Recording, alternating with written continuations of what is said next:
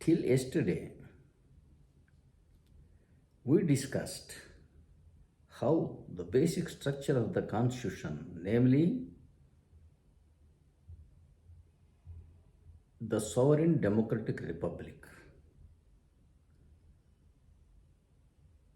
has been destroyed in India. And we also discussed how the main objectives, namely justice, liberty, equality, among which we discussed justice of social and political. Today we will discuss justice of economic,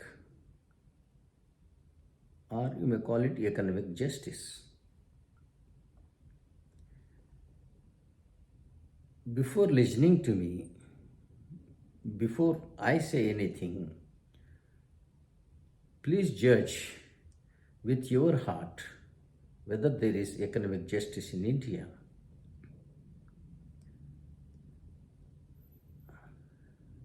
We see people living in slums and on pavements, freely exposed to mosquitoes.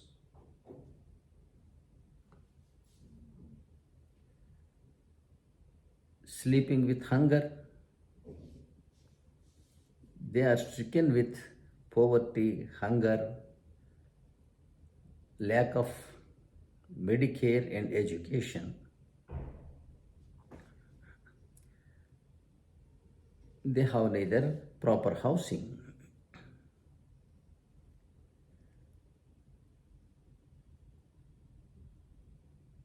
On the other side, we see farmers and the poor committing suicides. As far as my estimation, not count, at least a crore of farmers must have committed suicides since independence. At least another crore must have committed suicides for financial reasons. Please understand, no foreigner, no extremist, no terrorist has killed so many people. All these suicides are nothing but government murders, which occurred due to inefficiency of Indian leaders.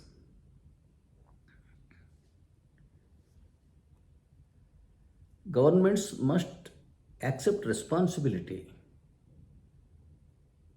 for the suicides of farmers and the poor, as they are taking credit for the development of a few. They should accept responsibility for both. In case of farmers, they are seen as vote bank. And some reforms were introduced and implemented.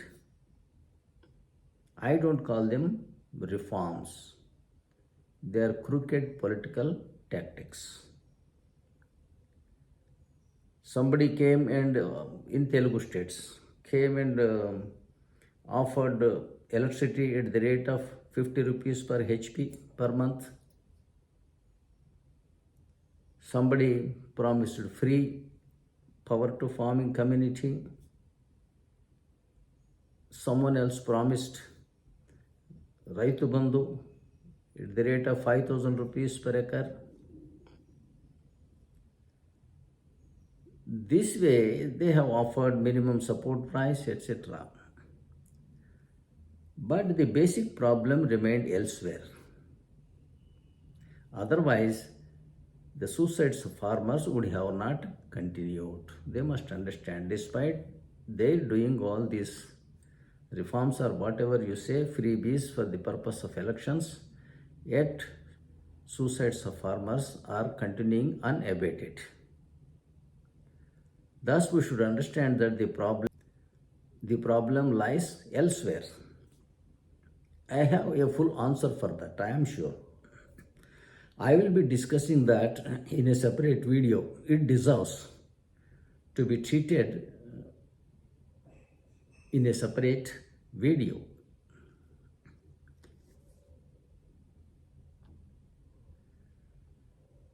We can see economic divide is growing day by day. Poor are becoming poorer, rich are becoming richer. We see corporate hospitals, corporate schools, modern buildings, and amenities in cities. If we go to villages, especially the tribal villages, even after 75 years of independence, as on today, they are living with half clothes and in thatched sheds. The freebies offered by these governments to buy votes in elections is a temporary affair without a long-range vision. They are like painkillers, but they are not disease curers. Being unable to solve the poverty or without having any vision, Indian leaders are inviting foreigners to come and invest in India and to establish industries. And we are offering all our natural resources to them. Sure, they will come and establish industries here. First, they will claim economic dominance over the country. So it is they who can fund these political parties, and these political parties in turn work only for their foreign corporates. This is how actually India lost independence, and we are trekking the same way again. This kind of happenings, as long as there is poverty, hunger, and suicides, we cannot say that there is economic justice in India. To develop India, you have to encourage local entrepreneurs, use of local raw materials, and use of local labor and management staff, especially the local tourism. If you allot all these natural resources to foreign corporates, what is use? They are coming and establishing industries in India, whereas Indian youth are going everywhere seeking employment and seeking livelihood. Parents are losing their children. Love and affections are broken. This does not amount to rendering any service to the world. It is nothing but selling of manpower, the losing of manpower. This is not a wise thing to do. We have to create employment to these educated people who are living in India. Otherwise, there will be only the sufferers and the exploiters. Only these two kinds of people would be living in India under the financial control of foreign corporates. Development of a country is different from development of the people of that country. We see several countries, we don't want to name them. Aboriginals and natives were treated as animals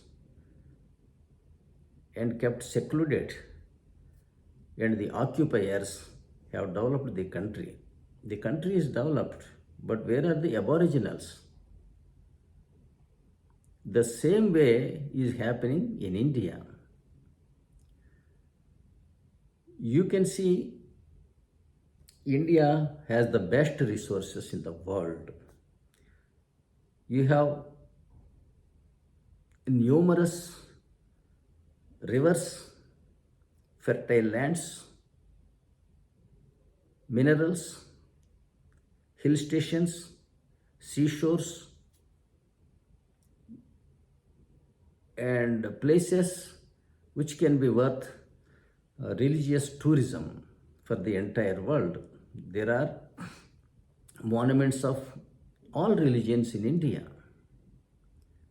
There are monuments for Muslims to visit, Christians to visit, Buddhists to visit, and Hindus to visit. Yet India remained poor for the last 75 years. We can see our neighbors Dubai.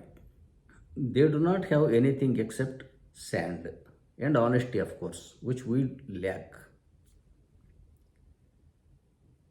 Their population is hardly 1 crore.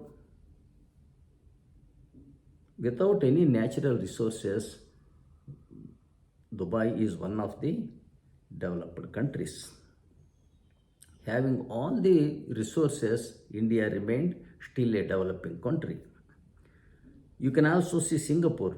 Singapore, the size of any big city in India.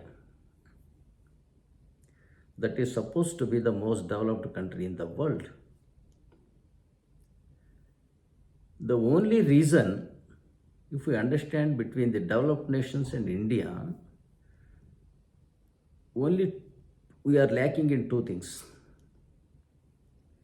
One is leadership and the other is honesty. These two are the issues bogging India or blocking India for development. At least this the referred countries like Dubai and Singapore, they do not have even manpower. In Dubai, native population is about, I was told it is 18%. 18%. 82% are outsiders. In Singapore, local people are only 25%. 75% are from outside. They are able to provide employment, and we are going there for employment. Who are developed and why? With all natural resources and qualified and obedient manpower, we are not able to develop the country. This responsibility lies squarely with the leadership of this country. As such, I want to stress that there is no economic justice in India. Thank you. Thank you for watching this video. We will be discussing the sub-issues or the contents of these videos again in a separate video. Thank you. I request you to please subscribe, share and comment on my videos. I would be glad to reply to you. We will be discussing almost the whole constitution in successive videos. Thank you.